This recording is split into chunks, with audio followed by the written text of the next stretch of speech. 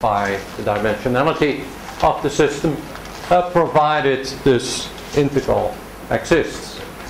And for a long time, people kind of implicitly assumed that this always would be a rapidly decaying function, more or less guided by solutions of linearized Boltzmann equation and the like.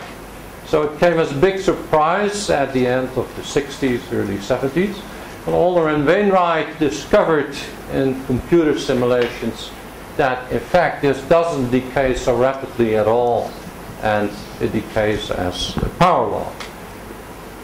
In fact, this is not hard to understand, and I want to start by presenting you with what I think is the simplest argument for understanding that. In fact, if you go back to the publication by Alder and Wainwright, it's already there, although a bit implicit. So look at this and look at a case where I have some tech particle which may be identical to the other particles, but needn't be at all, which I start out at the origin with some initial velocity v0. Well, this condition amounts macroscopically to, say, making a perturbation of the momentum distribution of the fluid. If I average over equilibrium for the rest of the system, this amounts to inserting momentum density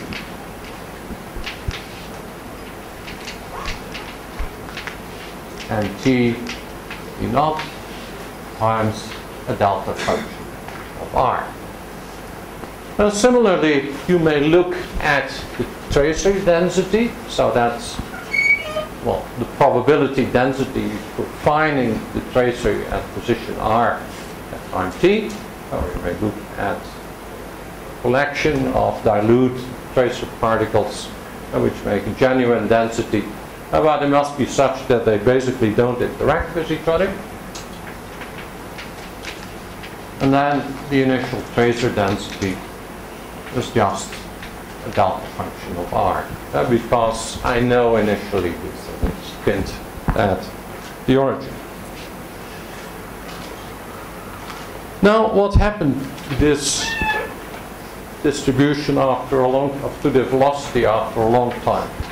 It's very plausible to assume that after a long time the tracer particle has moved around and made many collisions, and so this is the origin. We find it somewhere at RT time t, and say if we condition on all the realizations where the tracer particle uses this position, its average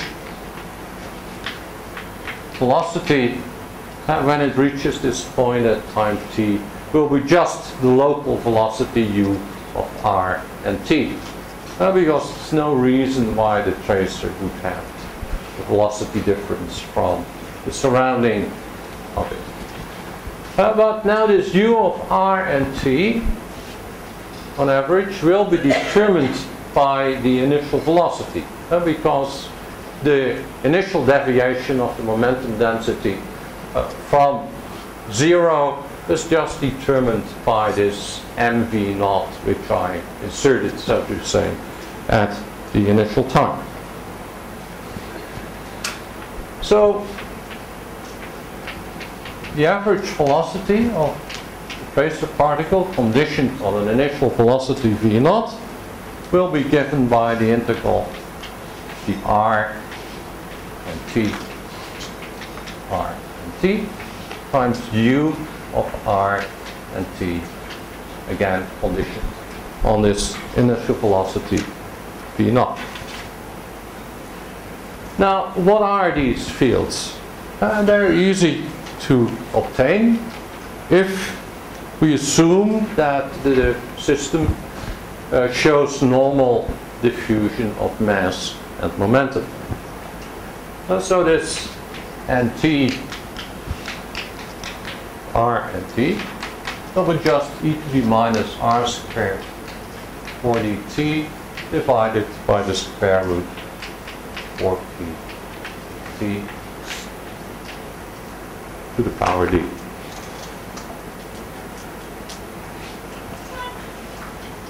Or for Fourier components,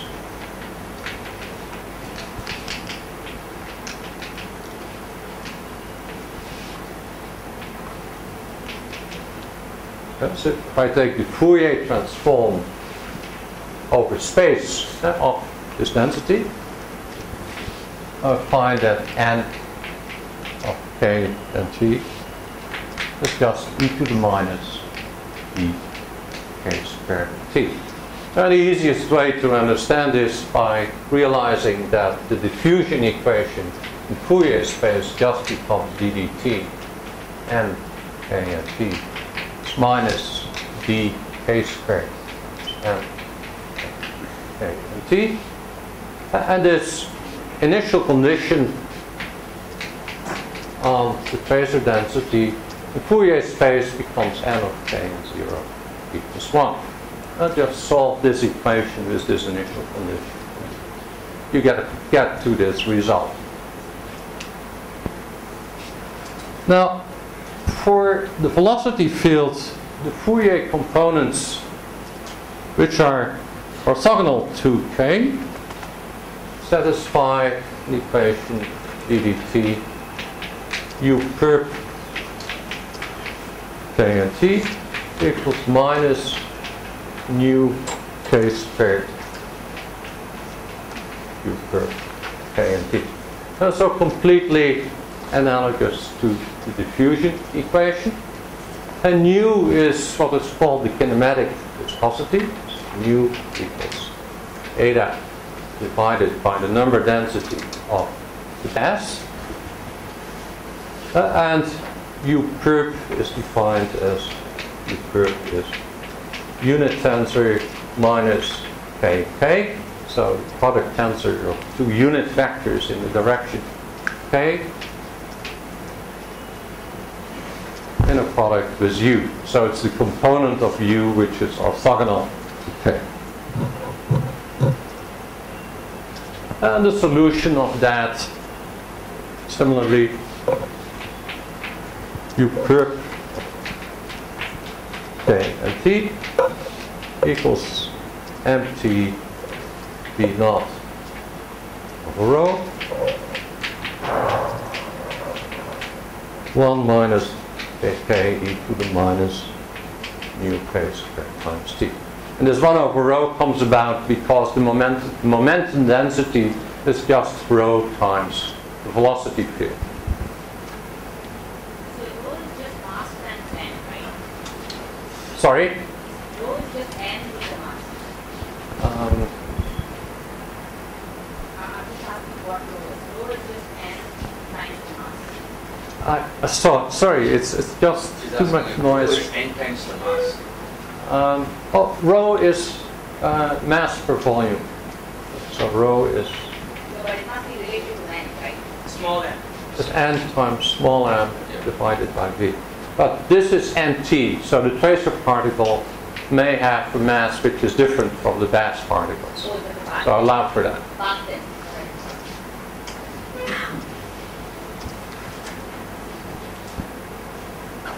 Good. There is also the longitudinal part of the velocity, or components parallel. Okay, t equals k hat k has.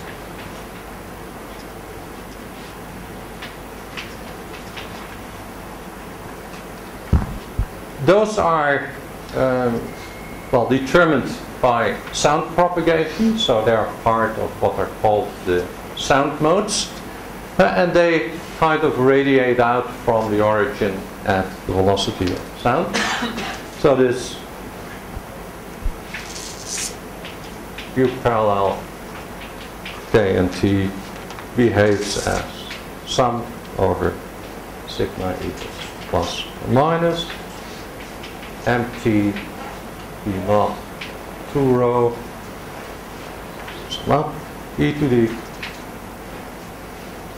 sigma ik t minus gamma k squared t.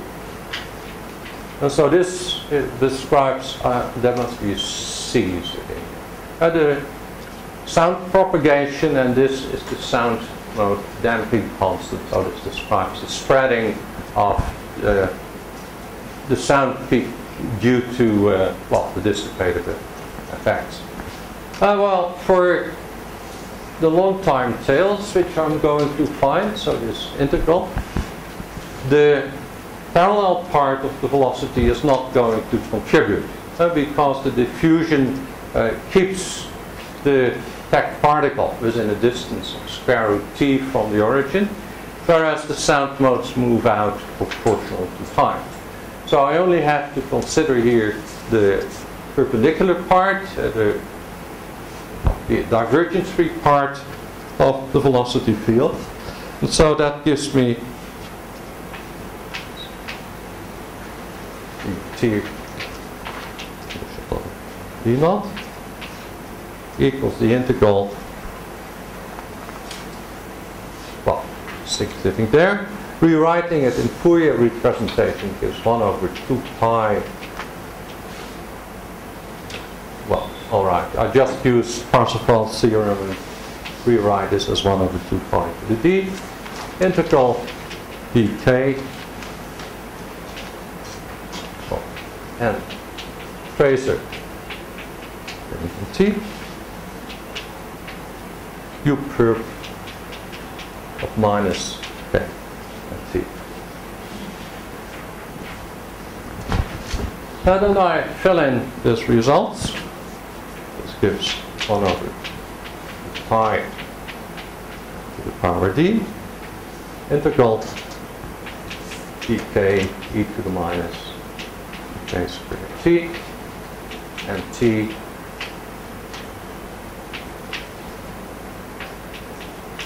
one minus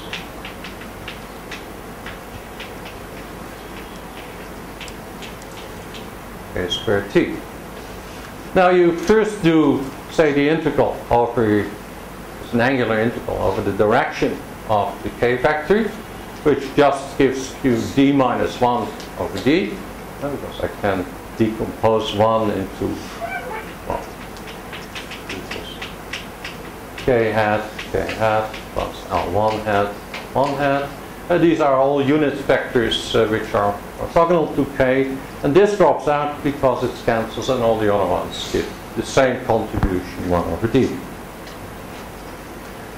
And then what remains are just Gaussian integrals, and so the result is that this becomes d minus 1 k dt divided by rho times 4 pi d plus nu to the power d. And this is the correct result. So there are more fancy ways of deriving it. You always get at this result.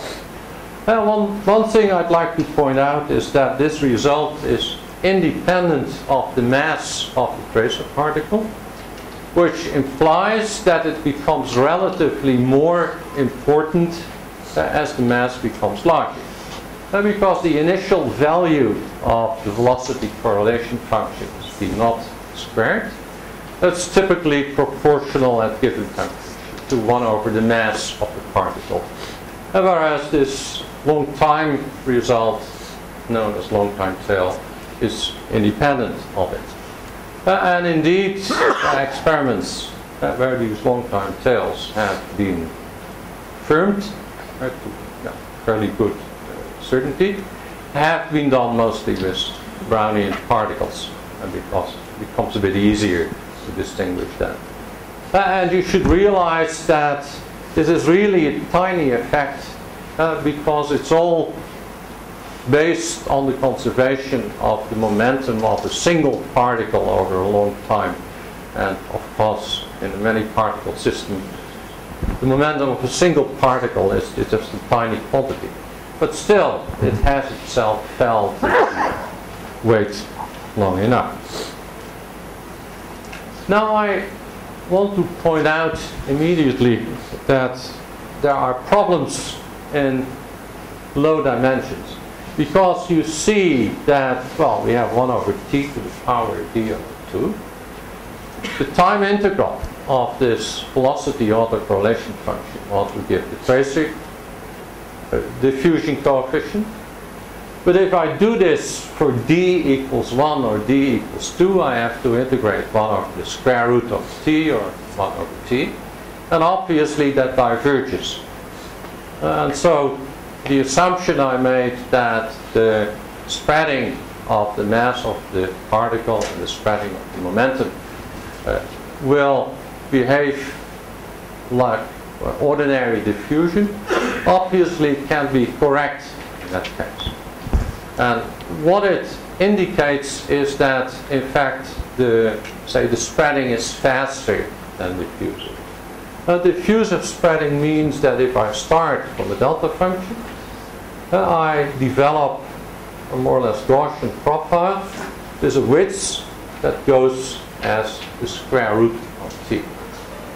And now what will happen in fact is that we still get a similar type of spreading, maybe not precisely Gaussian anymore, but with a width that will be larger than the square root of t. So it's not a dramatic difference, but it's quite clear. And now, say, a kind of hand-waving way of finding what might happen.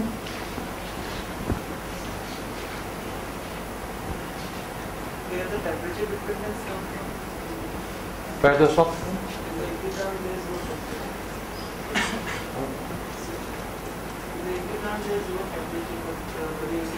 Oh, temperature?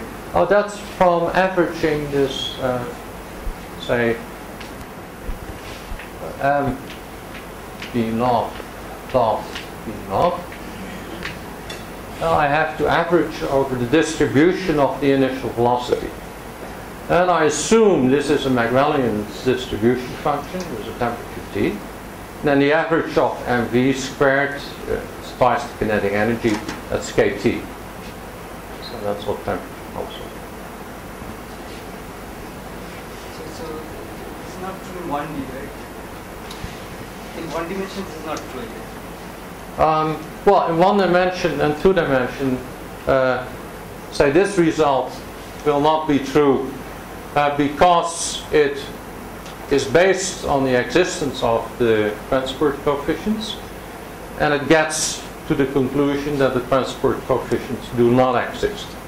And so I will now explain how, in a hand-waving way, and I will say go to a more precise way of doing that. This can be corrected, can be refined.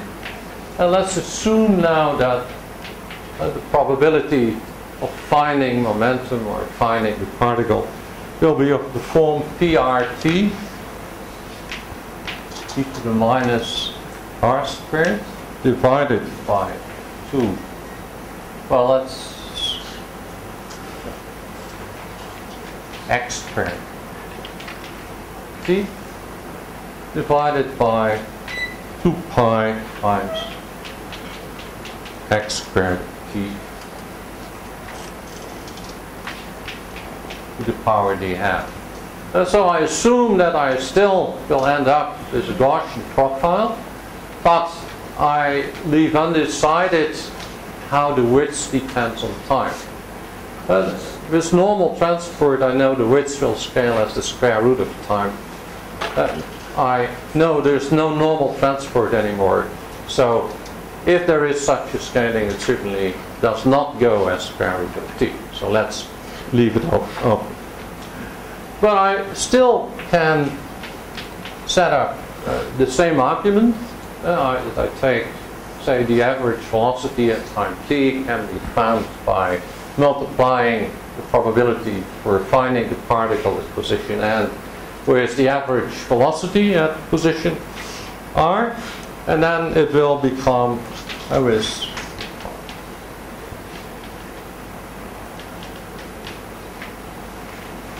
rho integral dr e to the minus r squared divided by 2 x squared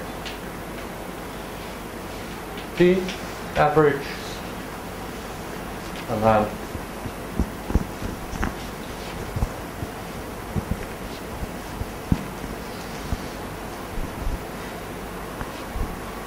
multiplied by e to the minus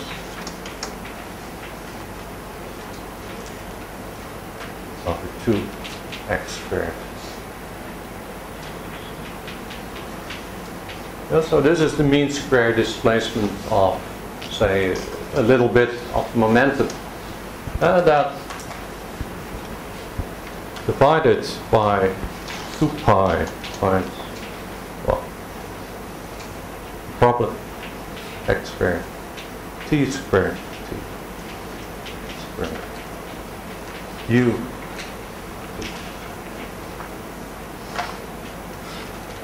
to the power d.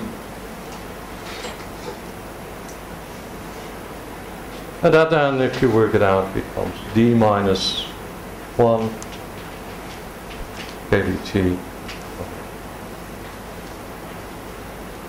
d 1 over the square root of 2 pi it's t squared plus x u squared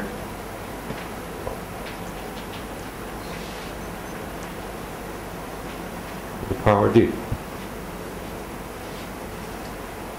And now you see what happens as a function of dimension. Set x squared t average is f of t. And then you see that for d equals 2, that the second derivative of the mean square displacement I'd shown last time can be identified as the velocity autocorrelation function. So that is this function. So this behaves as t squared behaves as a constant divided by f of t. And this is solved by f of t is t times the square root of log t. And so this is the self-consistent solution for how does the mean square displacement behave in 2 dimensions. So it's indeed faster than ordinary diffusive behavior, which would give t, but it's only, well, very marginally faster.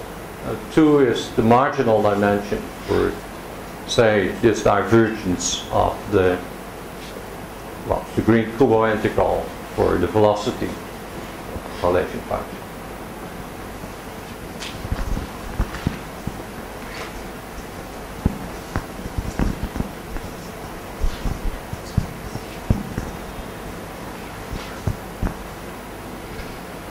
In 1 dimension, the same argument gives you the second ft dt is constant of the square root f of t, and that is solved by f of t proportional to t to the power 4/3. And so this would give you a velocity correlation function, second derivative, that goes as t to the minus 2/3. Good. For collective transport coefficients, shear viscosity, heat conduction, drop viscosity, similar reasonings can be made. So the mean square displacement is replaced by what is known as Helfand moments. There are slight complications because, well, due to different parity in the velocity, things don't always couple to each other. But in essence, the same type of results will hold. And I will essentially concentrate in my next lecture, and a bit already now, on what happens in one-dimensional systems. Well, there are some refinements needed, but in essence this goes on. And I want to start by looking at the fluctuating Burgers equation, which is non-linear. Yeah? Sorry, I'm confused. So in one dimension, it is known to be diffusive, right? Tag particle diffusion. In one dimension. Yeah. Okay. That's another complication. But that is because the particles cannot pass each other. So this argument does not work. No. Well, in one dimension already this argument doesn't work because this, say, this divergence-free part of the velocity field doesn't exist. And there are no shear modes in one dimension because they are the components of the velocity field that are orthogonal to the vector k. But in one dimension there is only one direction for k, and there is nothing that can be orthogonal. And so in 1D you have this extra complication that everything has to be as far as, say, momentum goes carried by sound modes. And sound modes have this property that they have this oscillating part with only a couple of sound modes. Similar sound modes and stuff like that. So that's a complication, and on top of that, for tracer diffusion there is this complication that in many cases particles can't pass each other, and that restricts the motion very much. But okay, I'll get to that mostly tomorrow.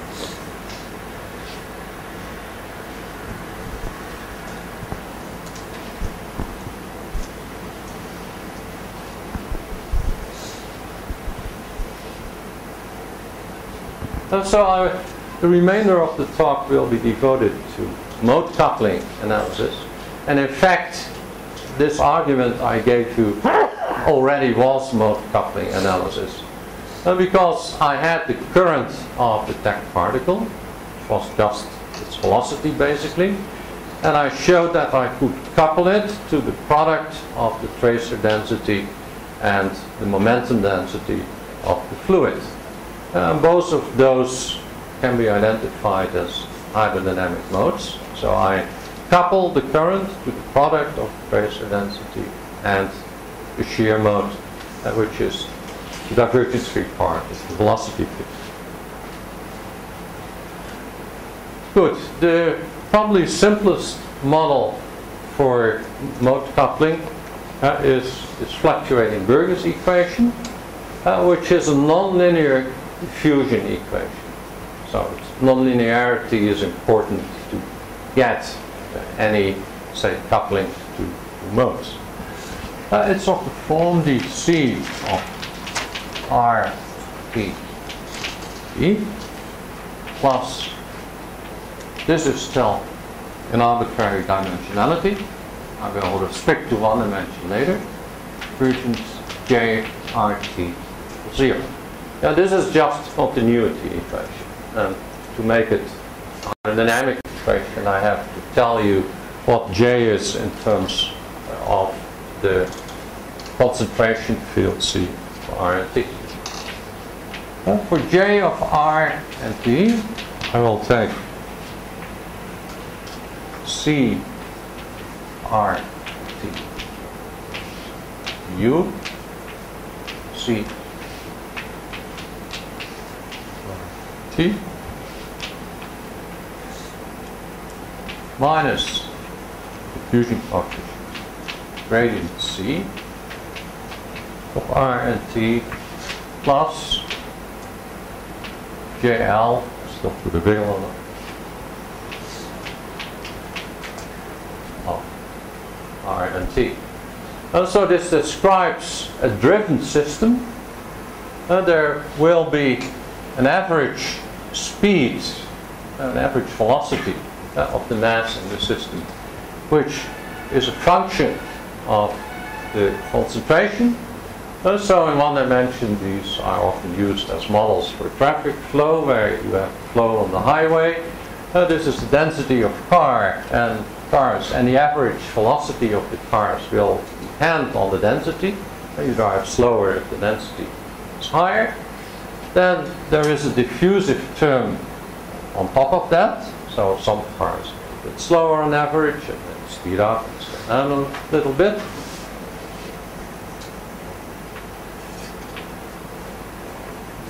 No, this is different. This is still a response to the gradient of concentration. And then, say, the fluctuation due to difference in driving behavior and so on are contained in a larger vector. Good, then I want to linearize about an average concentration. So I write C is C bar plus phi real R T.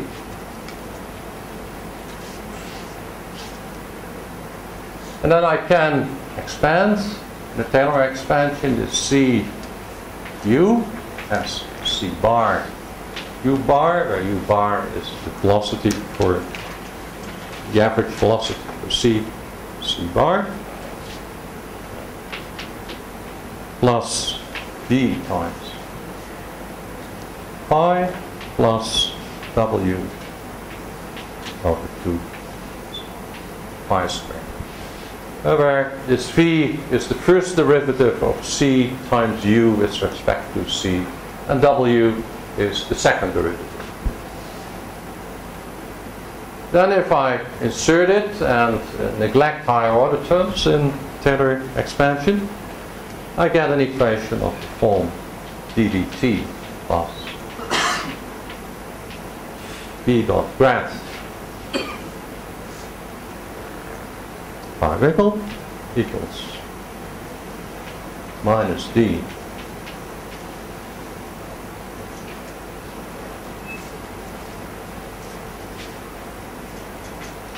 minus W of 2 gradient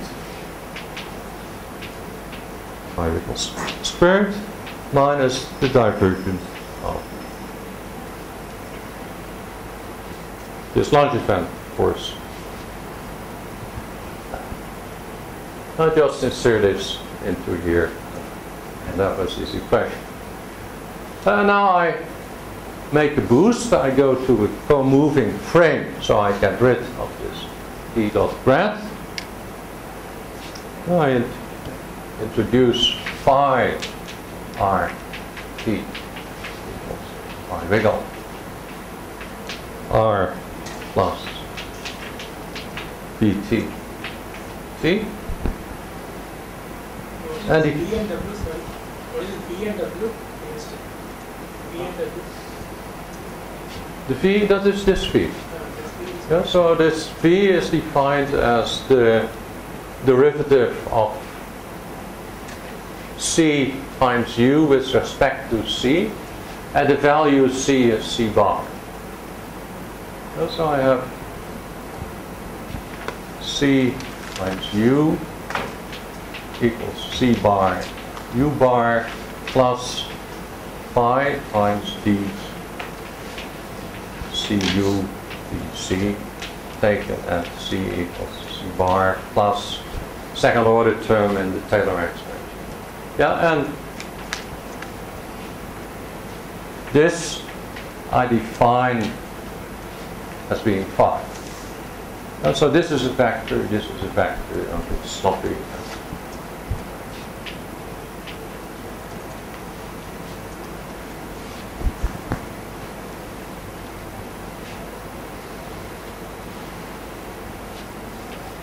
And so this now becomes d phi dt, let's go move the frame, equals minus,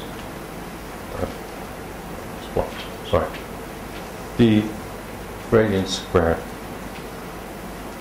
phi minus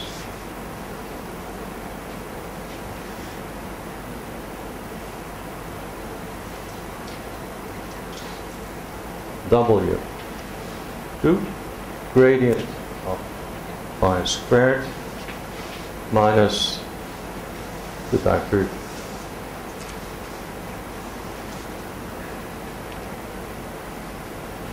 let's see. Yeah. So the product here.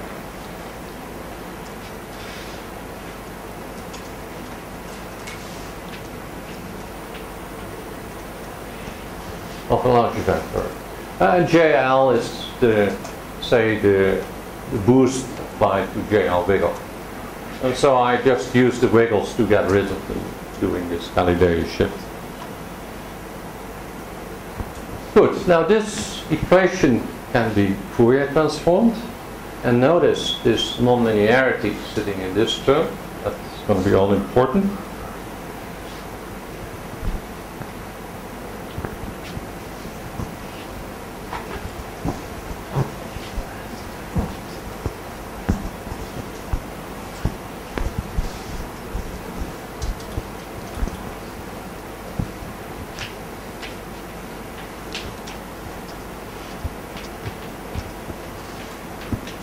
Yeah, I should put a bit ahead on it, but just leave it out. The Fourier transform is indicated by this k-dependence, just minus ik v divided by twice volume. And so I assume that I have a discrete system with periodic boundary conditions, so I can do a discrete Fourier transform. Sum of q, and in the end 1 over d times sum over q will be replaced by 1 over 2 pi to the d integral over q if I want to.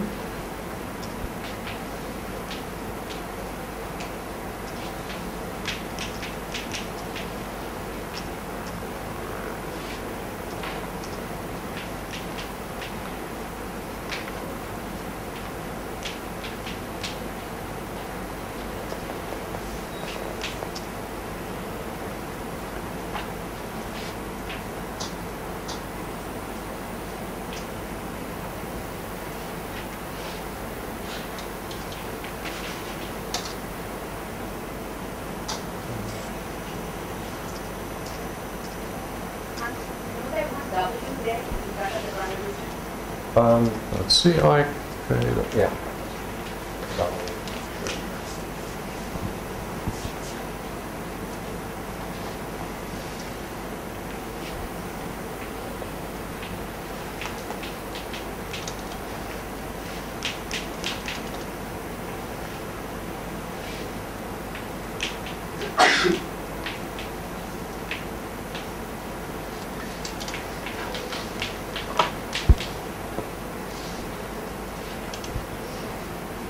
And now this equation can be rewritten in the term of an integral equation, which is very convenient for making a perturbation expansion, which is typically for green function expansions, and which is also, well, the starting point for a mode coupling expansion.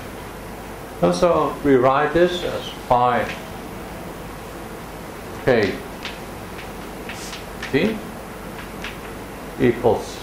And so you kind of solve the linear part of the equation, and you treat this as a kind of time-dependent inhomogeneous term. And it gives you e to the minus d k squared t. Okay. 0 minus integral 0 t 4 minus d k squared t.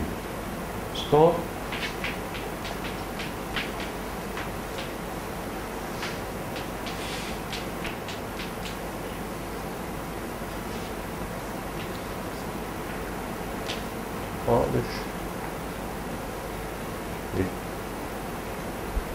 Minus integral 0 t dot to the minus n squared.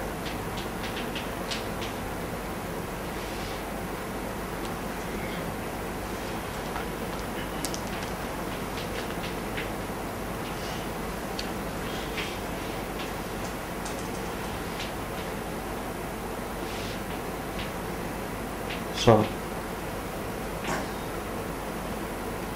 Q.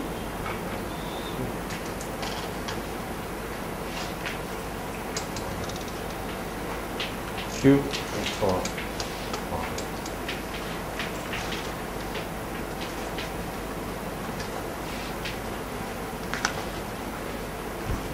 Now you see that, okay, this phi is expressed in terms of an integral, which contains this phi again. But now you can take this whole expression and put it in for both of these phi's here and iterate it and keep iterating.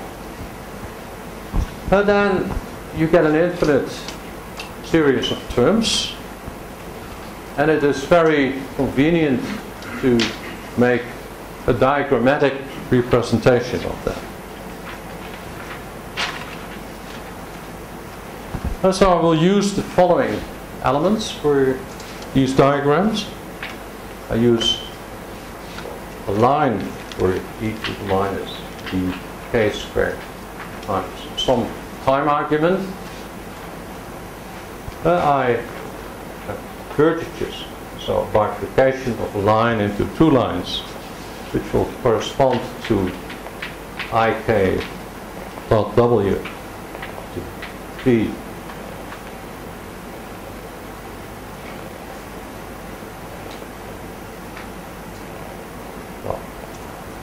an integral between two time elements, say tau j minus 1,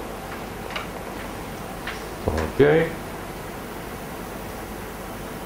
t, yeah, in the first instance it's still t, d, tau j, and then sum of wave numbers of these things that follow. Then I will use, say, a dot for phi,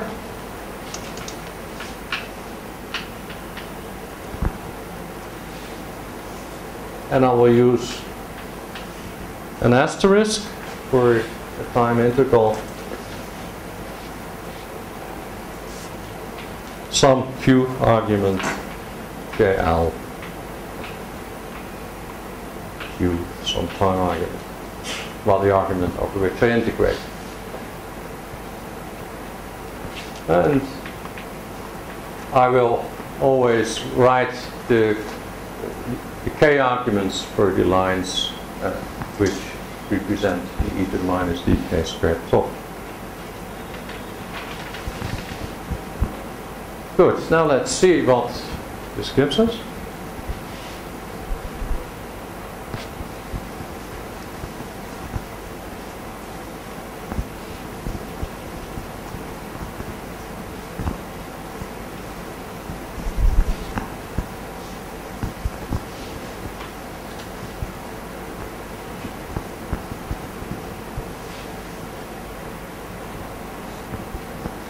And I want to look specifically at the time correlation function of phi k0. This is phi minus k and t. And then the first thing I get is just e to the minus dk squared t acting on phi. And that's the first term in this expansion. And so that's multiplied with phi of k and t, so I get dots. Then I get the term where this acts upon a Langevin current, so it's represented by this. Then I get the term where it bifurcates. And that's this term. And here, this just has k here, this has k, q, minus q, and in the end this acts upon these phi's. That's my first iteration. But now I go on, and so I apply the iteration here. I bifurcate here somewhere in between. And I get additional terms, which will be of the form this.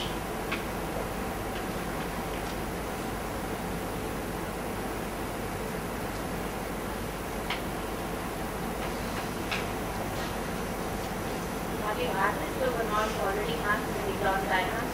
Sorry? Have you averaged over noise already when you draw the diagrams? No, nothing is averaged yet. In the end, it's the product of the phi's that is averaged over. So this is the Yeah, thing of and also the products of the random currents will be averaged over. And so I assume these are Gaussian white noise.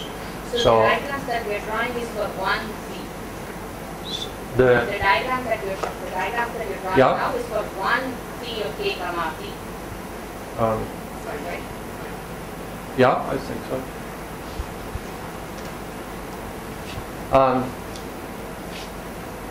What is the starting, like in the end you put dot or your star depending on which term is there. What is starting, is there anything on the starting point? Left hand side of the line. Yeah, so, well, okay, this is my starting point. I fill in this thing. And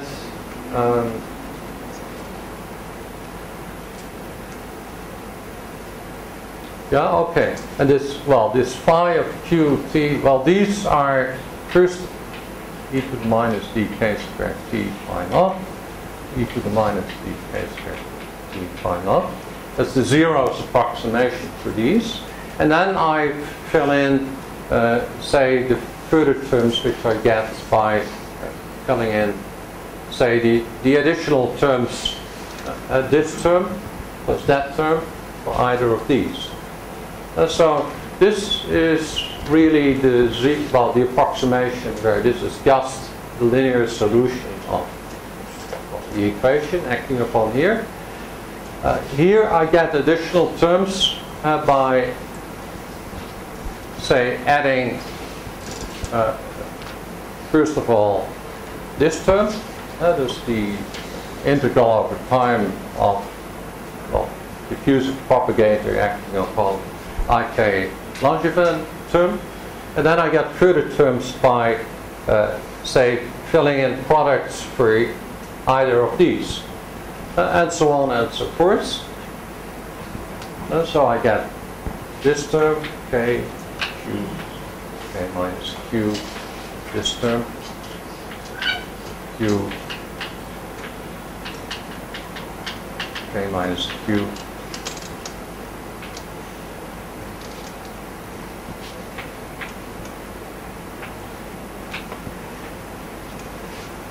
and then I get this, k, q,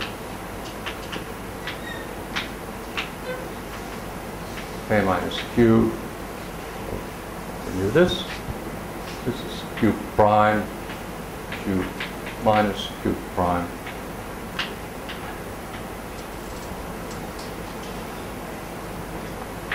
And here I get further terms.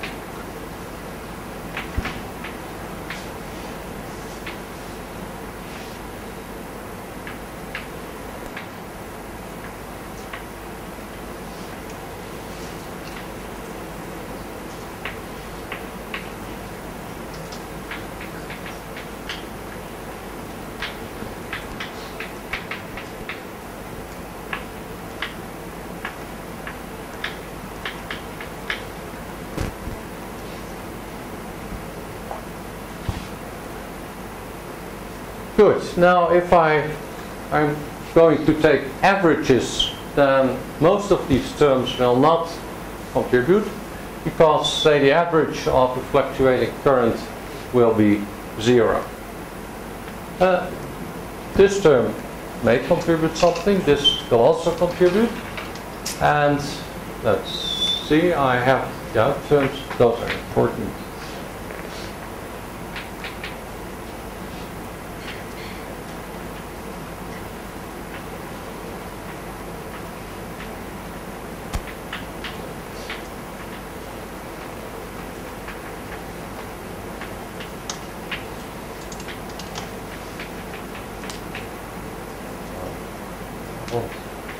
Fluctuating current here.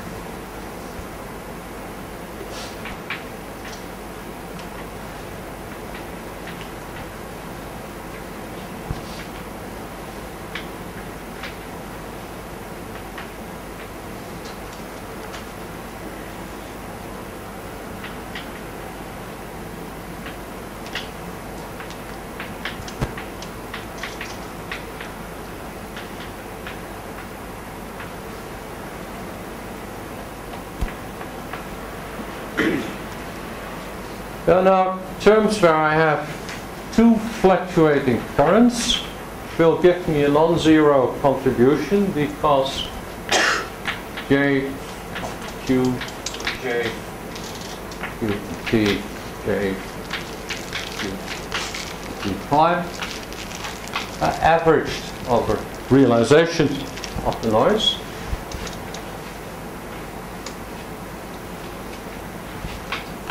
Are required to be of form 2D times SQ delta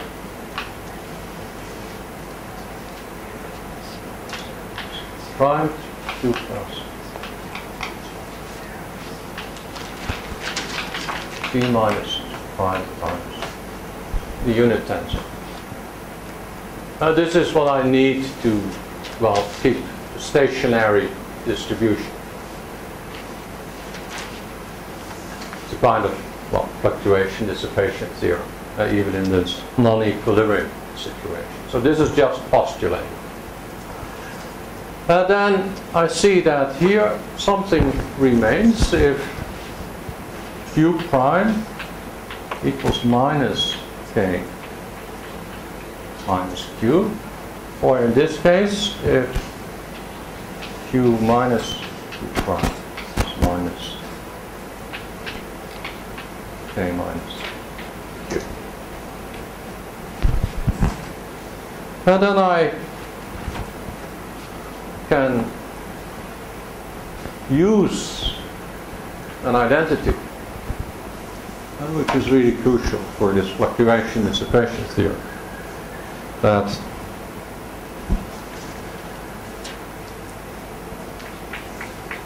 one of the beam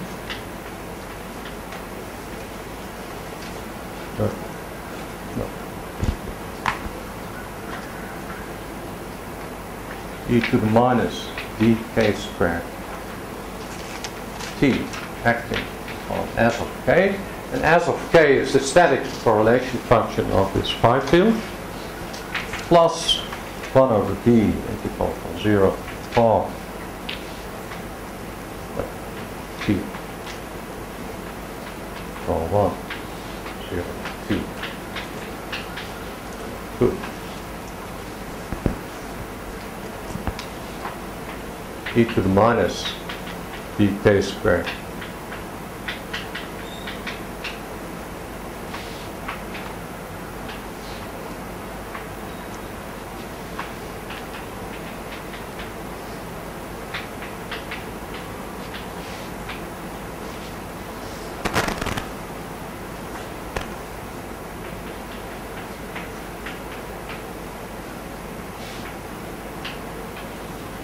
S of k times unit tensor.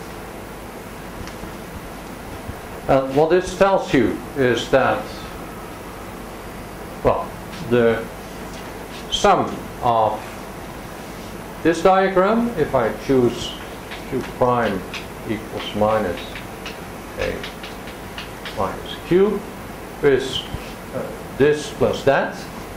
If I do the time integration, just brings back, say this would give rise to static correlation function of 2 phi's. Assume that those are Gaussian as well. That these are shifted back to, say, the place where this bifurcates.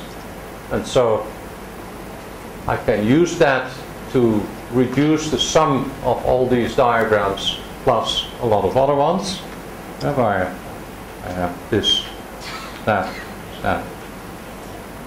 This bifurcates, or that bifurcates, to a diagram where kind of this is peeled off, and I'm left as this, that, and that. So I have K, Q, K minus Q.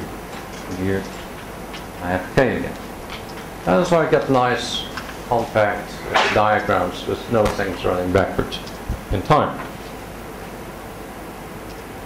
Good, then you can do further iterations. And it gives you a whole slew of diagrams.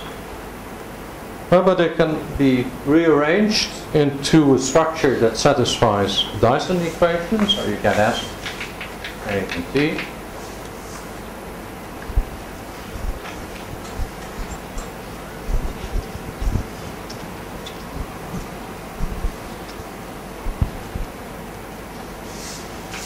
Be given by, well, this Baire propagator. I think it's Baire propagator.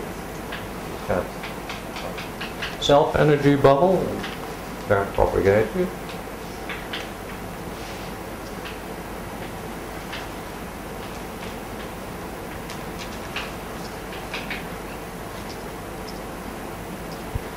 Two bubbles and so on.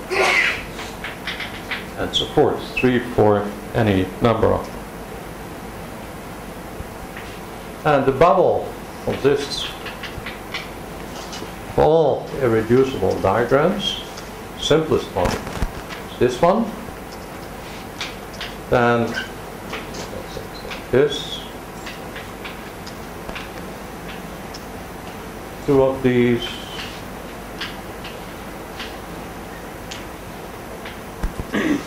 Like this, and well, there is no end to it.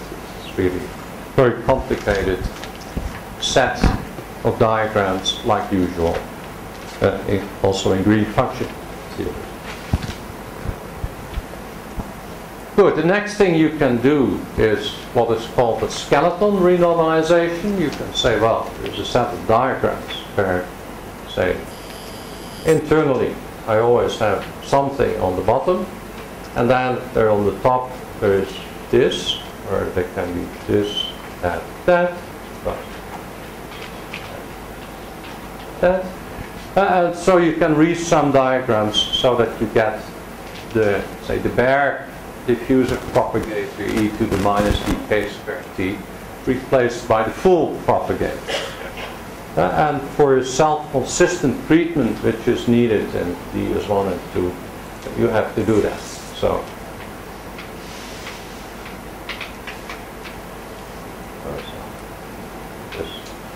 that thing which is full propagator plus higher order things, so these can be renormalized in a similar way. And well, it turns out that, well, as actually what I mentioned, all these diagrams are of the same order, so it is really a hopeless task to sum them all.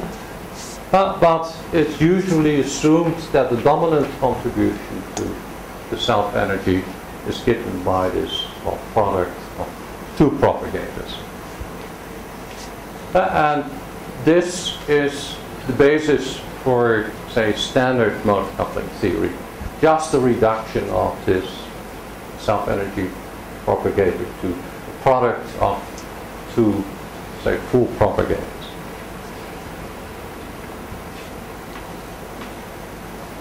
So, say it's 1 loop mode coupling, which is usually called mode coupling in literature. And that then can be gives rise to a differential equation of the form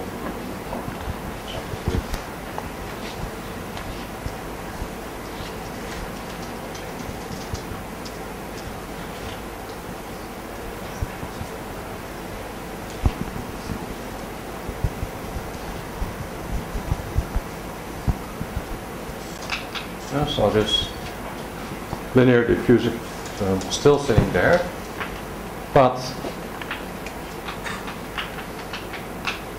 there is the mode coupling contribution to. And now what I will do is replace the static correlation function, which in principle depends on k, by static correlation function k equals 0, because I'll be interested in long times when only small k's survive. So replacing s of k by s of 0 is a good approximation.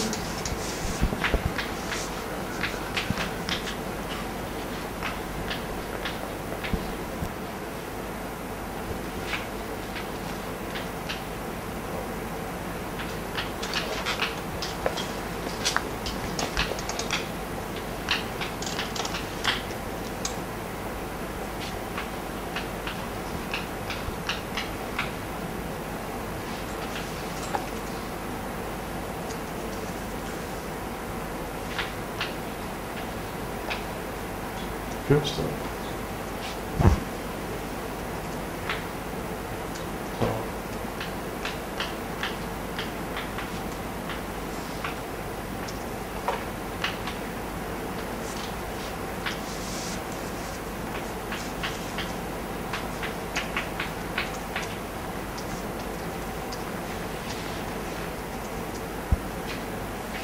and you can define a memory kernel by rewriting this as minus dk squared s t minus integral 0 to r.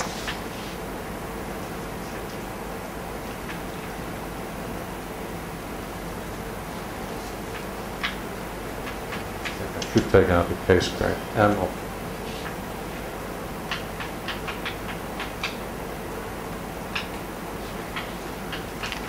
s t minus 12.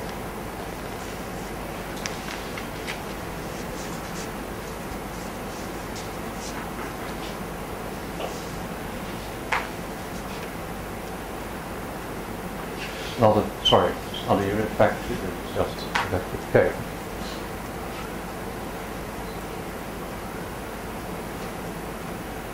Good. Now first, what's the dominant behavior for d larger than t? Can I ask a question before? Yeah. So I just want to see if I understand. This diagrammatic technique was for finding approximately the two-point correlation function for solutions of the nonlinear burgers. Yeah, that's correct. Okay. And then S, what was S actually? S is the correlation function of the phi minus k 0 phi k t.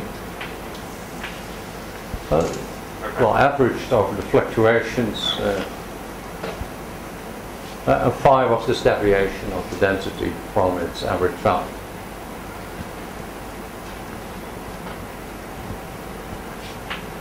Well, for dimensions larger than 2, the diffusive term dominates.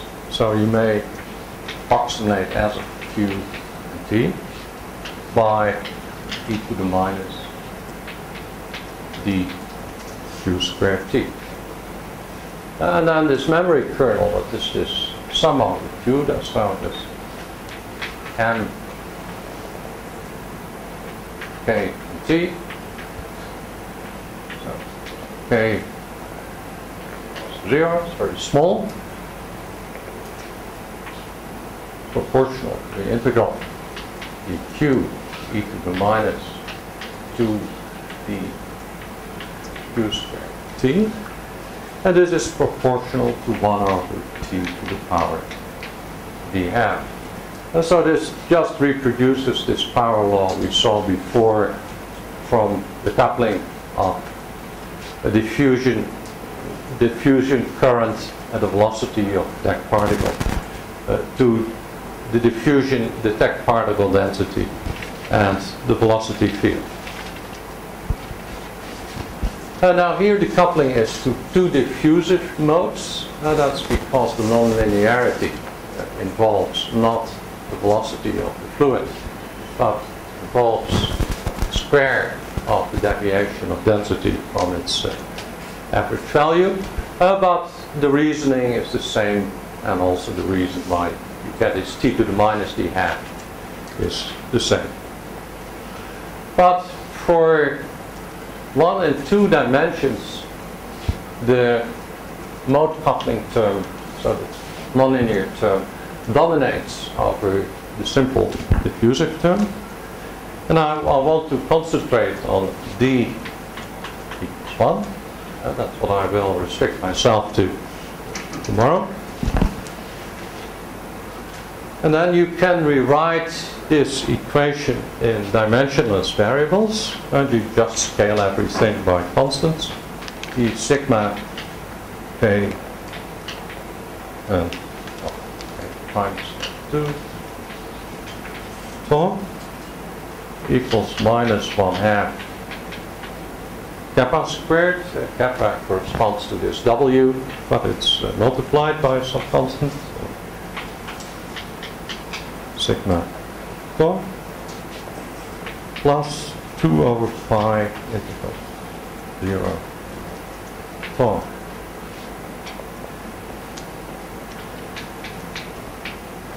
Prime integral from minus infinity to infinity d lambda sigma of lambda tau sigma kappa minus lambda minus c. Oh no, read it.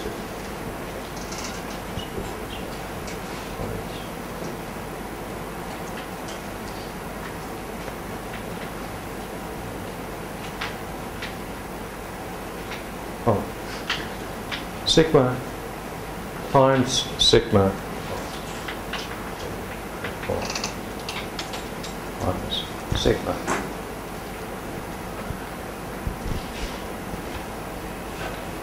Good. Now you have this nonlinear different integral equation, and you may look for a scaling solution. You find that the right variable is sigma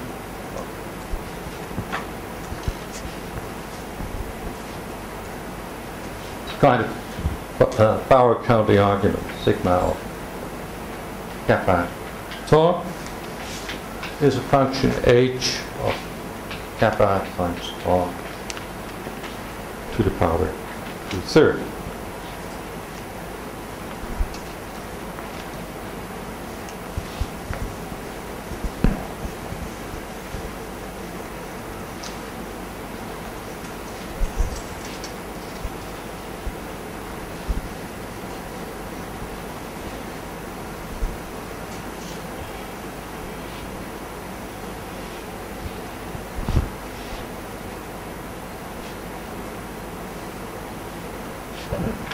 This equation satisfies differential dh dx minus 9 over pi. This term, well, asymptotically does not contribute, and that goes to 0 in the limit where tau goes to infinity and kappa goes to 0.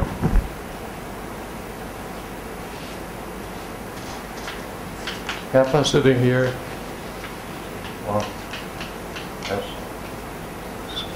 S,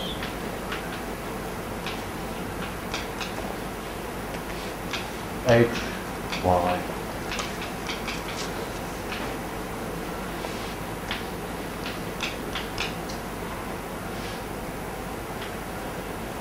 minus 1 minus S. All right.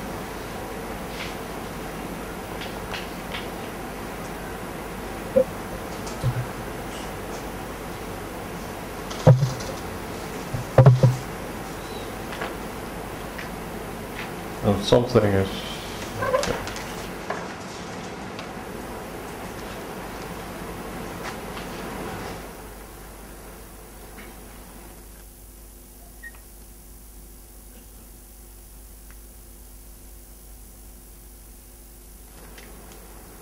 Probably this is not how it is.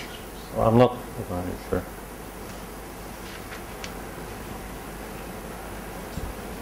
Good. Now, a convenient way to recover the powers of long time tails is by looking at the second derivative with respect to k squared of the log s k t taken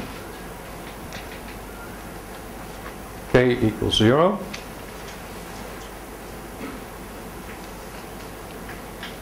which can be translated to second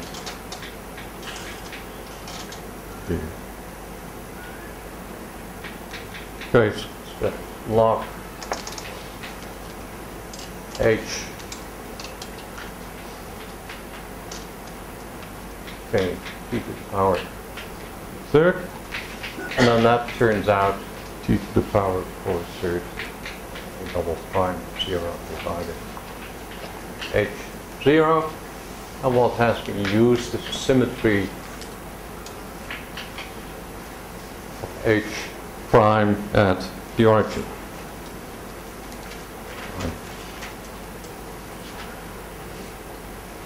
On the other hand, by definition, S of k and 0 can be identified sum over particles e to the minus ik of rk 0 minus rl t. And if you just expand these exponentials and take the second derivative of the log of s of k and t, you can show that the second k squared log s k and t taken k equals 0 is minus the average value of the center of mass at time t minus the center of mass 0 squared plus twice the average value of an arbitrarily chosen particle position with respect to the center of mass squared. And then for large time, you can argue that this contribution is time independent, so it will always be dominated by this one. So this drops out for large t, and the conclusion is that the mean square displacement of the center of mass goes as t to the power 4 third. Then this corresponds to a current correlation function, which is again the second prime derivative of that, so that goes as t to the minus 2 third. Good. Then mode coupling for fluids, so where we have 3 conserved densities, is very similar. So fluids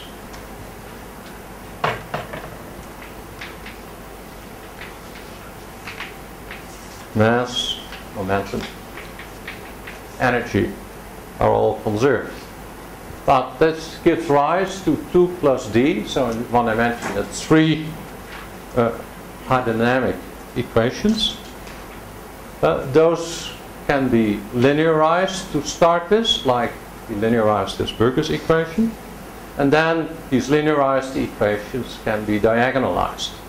That gives rise to what are called hydrodynamic modes. One dimension there are 2 sound modes, and there is a heat mode, and no shear modes. Then one can write down, say, mode coupling equations for these three hydrodynamic equations, which are of the same structure as the mode coupling equations for this Berger equation, except each type of mode in principle can be coupled to any combination of pairs of modes. So you get a matrix structure. It's much more complicated in that respect, but the structure is completely the same. But then you can derive mode coupling equations, and you find that for very long times these simplifies enormously because, well, the coupling of modes to pairs of modes is dominated to pairs of modes that travel at the same speed as the original mode. And that way you can argue that for very long times one-dimensional hydrodynamics is of exactly the same time of this fluctuating Berger's equation. Then the exciting thing that will come out is that for the fluctuating Berger's equation, there is a model in the same universality class, KPZ in one dimension, which has been solved exactly. So one can adapt the results of that exact solution and translate them to exact results for one-dimensional hydrodynamics, be it only for asymptotically long times. It turned out to be really long. Good, but that's for tomorrow. Good. Questions?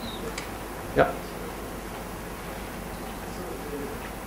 So what is the microscopic model according to you see this stack particle diffusion with it's not acid, right? The stack particle diffusion, this is about collective diffusion. Right? So this doesn't correspond to anything like in fact microscopic microscopic model corresponding to this hydrodynamic equations. Yeah. This would correspond to some stack particle. Yeah, well, let me sketch a model for which this would apply. And I wanted to do that anyhow. There is a much studied model called the asymmetric simple exclusion process. It's a model where you have a one-dimensional lattice, and on each side you allow at most one particle. Now this particle may jump to a neighboring side. There's a jump rate p in one direction, 1 minus p in the opposite direction. P times gamma, 1 minus p times gamma, doesn't matter. But it may only jump if the neighboring side is unoccupied, because double occupancy is forbidden. Then you can easily see that, well, the average speed is 1 minus 2p minus 1 times the jump rate times c, the current. And so you immediately get to a macroscopic description of this model. It should mention that the stationary distribution is extremely simple. It's just product measure, and so the occupation of each side is completely independent of what else is in the system. So this is a microscopic model, stochastic model, which is a direct realization of this fluctuating Berger's equation. And I'd like to add that there is another interpretation of the model which makes this relation to KPZ clear. You can say, well, let's consider a particle as a step upward on a zigzag surface and a hole as a step downward. So this would be this and that, and 2 steps upward. Then the dynamics where I move a particle from here to there means that I change this to a step upward and that to a step downward. So I replace this by that, which means I evaporate the particle sitting here. Whereas the step back is the opposite, so I return hollow to a mountain, which means depositing the particle. And so in this interpretation, the fluctuating Berger's equation becomes an equation for stochastic growth or decay of surfaces. And that's the original interpretation of KPZ. But the translation to this Berger's equation is completely direct. Yeah, so does this answer your question?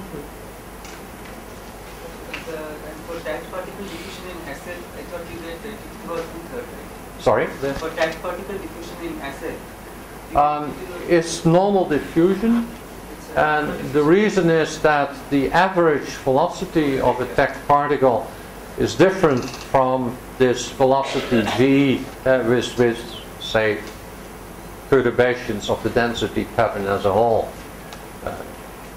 propagates through the system. But density fluctuations decay with this. They decay, yeah, anomalously. Collective density fluctuations. And so, because tagged particles don't keep track of the collective density, they stay behind or they go faster. And they go faster typically. The correlation decays rapidly. Any other questions? Oh, yeah. But in the diagrammatic expansion for the book, is it fair to say that like the effective coupling constant is W? Or yeah, the W is the coupling constant. And that's related to, or that comes from the nonlinear term in the equation in the first place, right? Yeah. But so but that nonlinear term doesn't also have like an additional coupling constant that you could tune. I guess I'm wondering when that approximation of the diagrammatic expansion is valid. Is it like low velocities or? Well, you want not too large perturbations from a stationary state. Okay. Okay, and then your effective. And how far you can go, well, you have to see in practice.